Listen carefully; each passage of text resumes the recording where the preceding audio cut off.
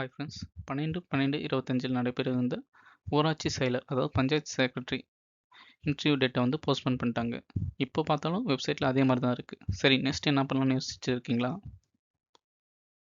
நம்ம இந்த date எக்ஸ்டென்ஸை interview prepare பண்ணுறதுக்கு ஒரு நல்ல சான்ஸ் ஆகும். டிஎன்பிஎஸ்சி எக்ஸாமுக்கும் அடிஷ்னலாக வந்து படிக்கிறதுக்கு ஒரு நல்ல வாய்ப்பாகவும் யூஸ் பண்ணிக்கலாம். அதை எப்படி பண்ணலாம்னா, ஊரக வளர்ச்சி மற்றும் ஊராட்சித்துறை அவங்க அஃபிஷியல் சைட்லேயே நிறைய வந்து டீட்டெயில்ஸ் கொடுத்துருக்காங்க. அதை பார்த்தா நம்மளுக்கு வந்து ரொம்ப ஹெல்ப்ஃபுல்லாக இருக்கும். இன்டர்வியூக்கும் சரி, டிஎன்பிஎஸ்சி எக்ஸாமுக்கும் சரி. ஃபார் எக்ஸாம்பிள், அபவுட் அஸ்ல பஞ்சாயத்து ராஜோட அந்த டிபார்ட்மெண்ட் இருக்குல்ல, அதனோட எய்ம், அதனுடைய அமைச்சர் யார், செக்ரட்டரி யார், அது மாதிரி எல்லா இன்ஃபர்மேஷன் சொல்லியிருக்காங்க. நெக்ஸ்ட், பஞ்சாயத்து ராஜில் கான்ஸ்டியூஷனல் ப்ரொவிஷனில் எது மாதிரி பஞ்சாயத்து கிரியேட் பண்ணாங்க, நம்ம தமிழ்நாடு பஞ்சாயத்து ஆக்ட் எது மாதிரி இம்ப்ளிமெண்ட் பண்ணியிருக்காங்க, அந்த டீட்டெயில்ஸ் எல்லாமே சொல்லியிருக்காங்க. நெக்ஸ்ட்டு ஸ்கீம்னு எடுத்துக்கிட்டால் state, central and externally funded ஸ்கீமும் வந்து டீட்டெயில்ஸாக சொல்லியிருக்காங்க. ஃபார் எக்ஸாம்பிள், ஸ்டேட்லன்னா Tamil Nadu village habitation improvement scheme, chief minister solar power green house scheme, இது மாதிரி எல்லாமே டீட்டெயிலாக சொல்லியிருக்காங்க. இதை வந்து இன்டர்வியூவில் வந்து கொஸ்டின்ஸ் எக்ஸ்பெக்ட் பண்ணலாம். நம்ம ஒழுங்காக படிச்சிங்கன்னா டிஎன்பிஎஸ்சி எக்ஸாமுக்கும் இது யூஸ்ஃபுல்லாக தான் இருக்கும். தென் டாக்குமெண்ட்ஸ் ஃபைலில் பார்த்தா acts, rules, government orders, announcement, citizen charter, externally funded scheme, இது மாதிரி வந்து ஆர்டிஐ ஆக்ட், இது மாதிரி இம்பார்ட்டன்ட் டீட்டெயில்ஸ் தான் சொல்லியிருக்காங்க. ஸோ ஏன் வெயிட் பண்ணோம்? நம்ம இன்டர்வியூக்கும் சரி, நம்ம டிஎன்பிஎஸ்சி அப்கமிங் 2026 எக்ஸாமுக்கும் ரிலவெண்ட்டான பாயிண்ட்ஸை பார்க்கலாம். ஃபஸ்ட் வீடியோவில் நம்ம வந்து அபவுட் அஸ் பற்றியும் அதில் வந்து கான்டாக்ட் டீட்டெயில்ஸ் வந்து சொல்லியிருக்காங்க. அதை வந்து டீட்டெயில்ஸாக பார்ப்போம் வாங்க. First, rural development and panchayat Raj department. About us அவங்க கொடுத்துருந்த அஃபிஷியல் சைட்டில் கொடுத்துருந்த இம்பார்ட்டன்ட் டீட்டெயில்ஸ் வந்து பார்ப்போம். அவங்களுடைய கோர் ரெஸ்பான்சிபிலிட்டி, பஞ்சாயத்து ராஜ் டிபார்ட்மெண்ட்னாவே அவங்களோட ஃபங்க்ஷன் என்னென்னா centrally sponsor scheme, state funded and externally eight scheme வந்து இம்ப்ளிமெண்ட் பண்ணுறது தான். ஃபோக்கஸ் அவங்க ஏரியா என்னென்னா பாவர்ட்டியை வந்து ஒழிக்கணும், எம்ப்ளாய்மெண்ட்டை க்ரியேட் பண்ணணும், சானிடைசேஷன் சுத்தமாக இருக்கணும், கெப்பாசிட்டி பில்டிங் அந்த ஏரியாவை வந்து பில்ட் பண்ணணும், உமன்ஸ் வந்து சோஷியல் அண்ட் எக்கனாமிக் எம்பவர்மெண்ட் பண்ணணும், provision of basic rural amenities, அதாவது ரூரல் ஏரியாவில் அனைத்து பேசிக் அடிப்படை வசதிகளும் ஏற்படுத்தி தரணும். அதுதான் இது வந்து பஞ்சாயத்து ராஜ் இன்ஸ்டிடியூஷன் வந்து லோக்கல் செல்ஃப் கவர்மெண்ட் யூனிட்டாக வந்து செயல்படுதுன்னு சொல்லியிருக்காங்க. பஞ்சாயத்து ராஜ் சிஸ்டம் தமிழ்நாட்டில் எவ்வளோ இருக்குன்னு பார்க்கலாமா? Village panchayat 12,525, blocks panchayat union வந்து 388, டிஸ்ட்ரிக்ட் பஞ்சாயத்து 36. அது வந்து அஃபிஷியல் சைட்டில் இருக்க இன்ஃபர்மேஷன் தான்.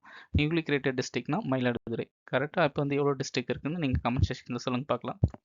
தென் ரூரல் டெவலப்மெண்ட் மினிஸ்டர் யாருன்னு சும்மா வந்து இன்டர்வியூ கேட்டாலும் கேட்கலாம். அது வந்து யாருன்னா திரு பெரியசாமி சார், அவர் தான். அடிஷ்னல் சீஃப் செக்ரட்டரி இப்போ யாரை ஆக்ட் பண்ணியிருக்காங்கன்னா திரு கங்தீப் சிங் பேடி, ஐஏஎஸ் ஆஃபீஸர். அவங்க வந்து 1/7/2027 வந்து போஸ்ட் வந்து அப்பாயின்ட் பண்ணாங்க.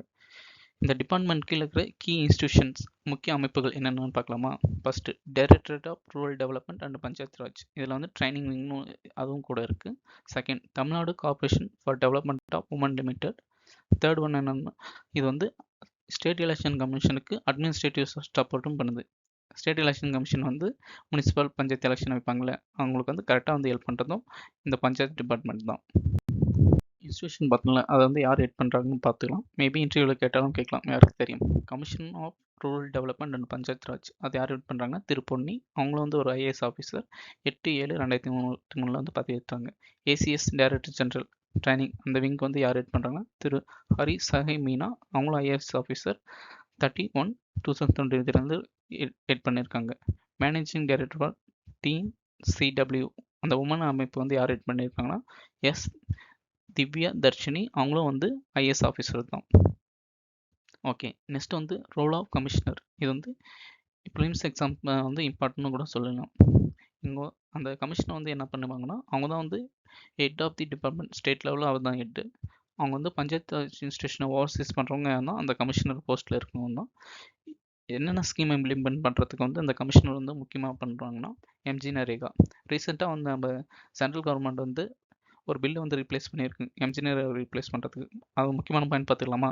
அது வந்து என்னென்னா 100 நாள் டு 125 நாள், ஓகேங்களா? 125 டேஸாக வந்து 125 டேஸ் வந்து இன்க்ரீஸ் பண்ணியிருக்காங்க ஒர்க் பண்ணுறது.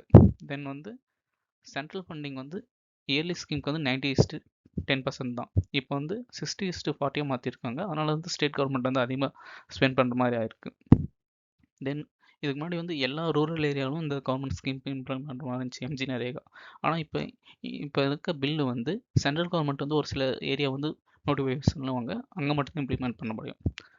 அது ரிலவெண்ட் ஏதாவது இம்பார்ட்டன்ட் பாயிண்ட்ஸ் நான் மிஸ் பண்ணியிருந்தால் பில் ரிலேட்டாக நீங்கள் கமெண்ட் செக்ஷனில் சொல்லுங்கள். நெக்ஸ்ட் வந்து Pradhan Mantri Awas Yojana, MP LAD scheme, MLA CTS scheme. இதை வந்து எம்பி எம்எல்ஏலாம் வந்து அவங்க தொகுதியில் வந்து ஒரு குறிப்பிட்ட பணம் தருவாங்க. அதை வந்து அந்த கிராமப்புறம் வந்து நலனுக்காக பயன்படுத்தணும். அதை வந்து எம்பி ஸ்கீமில் வந்து எவ்வளோ வந்து அலோகேட் பண்ணியிருக்காங்க, எம்எல்ஏ சிடிஎஸ் ஸ்கீமில் வந்து எவ்வளோ அலோகேட் பண்ணியிருக்காங்கன்னு தெரிஞ்ச கமெண்ட் செக்ஷனில் சொல்லுங்கள். அது மட்டும் இல்லாமல் self sufficiency scheme, solar powered green house scheme, இது எல்லாமே இம்ப்ளிமெண்ட் பண்ணுறது, மானிட்டர் பண்ணுறது அந்த கமிஷனரோட ஜாப் தான். நெக்ஸ்ட் ஒரு இம்பார்ட்டன்ட் இன்ஸ்டியூட் பற்றி பார்க்கலாமா? பஞ்சாயத்து ராஜ் டிபார்ட்மெண்ட்டில் இருக்கிறது state institute of rural development. இது வந்து மறைமலை நகரில் ஹெட் குவார்ட்டர்ஸ் இருக்குது. ஸ்டேட் லெவல் ட்ரைனிங் இன்ஸ்டியூஷனாக இருக்குது. பிரசிடென்ட் ஆனால் பிரின்சிபல் செக்ரட்டரி, வைஸ் பிரசிடென்ட் வந்து கமிஷனர், ட்ரைனிங் டெலிவரி வந்து எஸ்ஐஆர்டியும் 5 ரீஜனல் இன்ஸ்டியூட்டும் இருக்குது இது கீழே. தென் அதர் இம்பார்ட்டன்ட் இன்ஸ்டியூட் பார்க்கலாமா? Tamil Nadu corporation for development of women. இது வந்து டிஎன்பிஎஸ்சி ப்ரைமிசல் கொஸ்டின் கூட கேட்கறது வாய்ப்பு இருக்குது. இது வந்து 1953 வந்து ஸ்டார்ட் பண்ணாங்க. இது வந்து பஞ்சாயத்து ராஜ் டிபார்ட்மெண்ட் கீழே எப்போ கொண்டு வந்தாங்கன்னா ஜூலை 2006 கொண்டு வந்திருக்காங்க. இதனோட எய்ம் என்னென்னா செல்ஃப் ஹெல்ப் குரூப் கூட கோஆர்டினேஷன் பண்ணி உமன்ஸ் வந்து எம்பவர் பண்ணுறது தான்.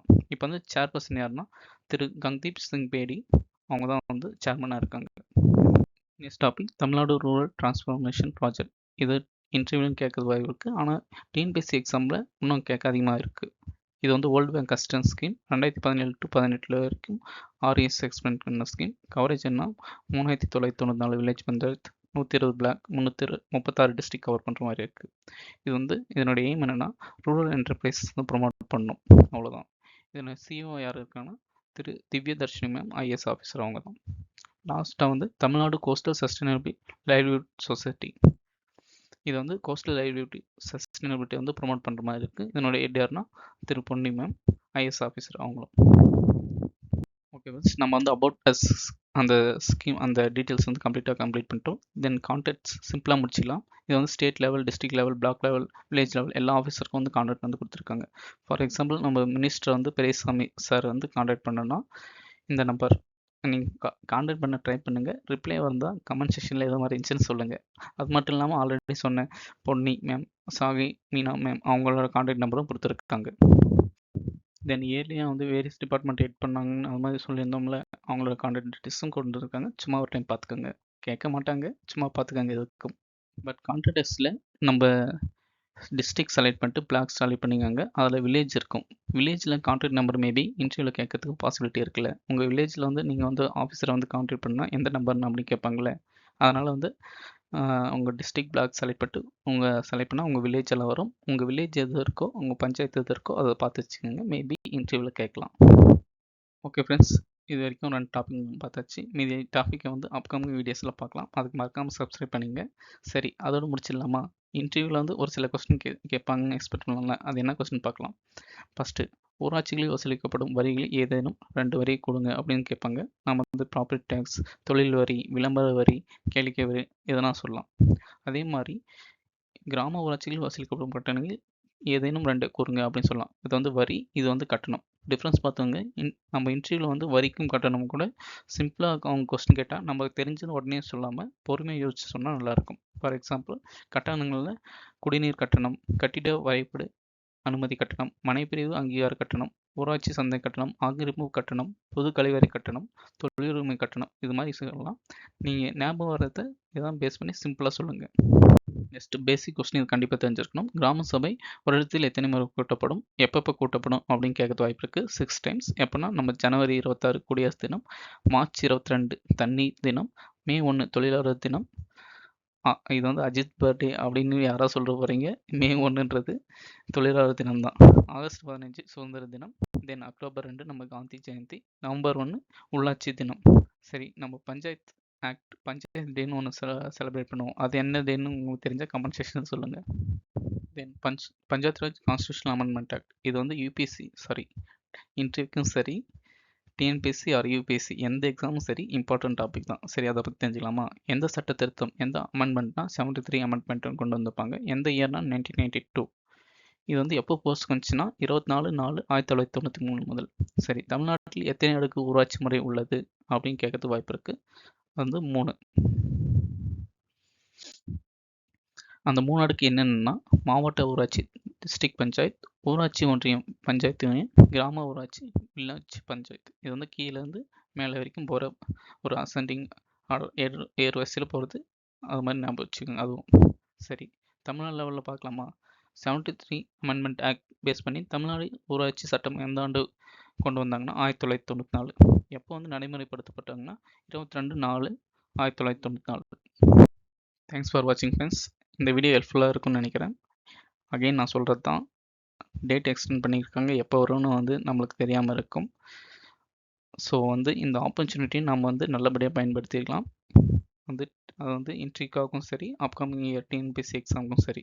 ஸோ நம்ம வந்து ஒழுங்காக யூஸ் பண்ணிவிட்டு கன்சிஸ்டண்ட்டாக பண்ணலாம். ஸோ இந்த வீடியோ பிடிச்சிருந்தா ஃப்ரெண்ட்ஸுக்கும் ஷேர் பண்ணுங்கள். அவங்களும் வந்து இன்டர்வியூ ப்ரிப்பேர் பண்ணுறவங்களும் சரி, டிஎன்பிஎஸ்சி ப்ரிப்பேர் பண்ணுறவங்களும் சரி ஹெல்ப்ஃபுல்லாக இருக்கும். அப்கமிங் வீடியோவில் ரிமைனிங் இன்றைக்கி அபவுட் அஸ் கான்டெக்ட் முடிச்சிருக்குமா, நம்ம ஆல்ரெடி சொன்ன மாதிரி கான்ஸ்டியூஷன் ரிலேட்டடான அண்டு ஸ்கீம்ஸ் ரிலேட்டடாக வந்து பார்க்கலாம். இது வந்து முக்கியமான டாபிக்ஸ் தான். ஸோ மறக்காமல் சப்ஸ்கிரைப் பண்ணிடுங்க, எந்த வீடியோவும் மிஸ் பண்ணாமல் இருக்க.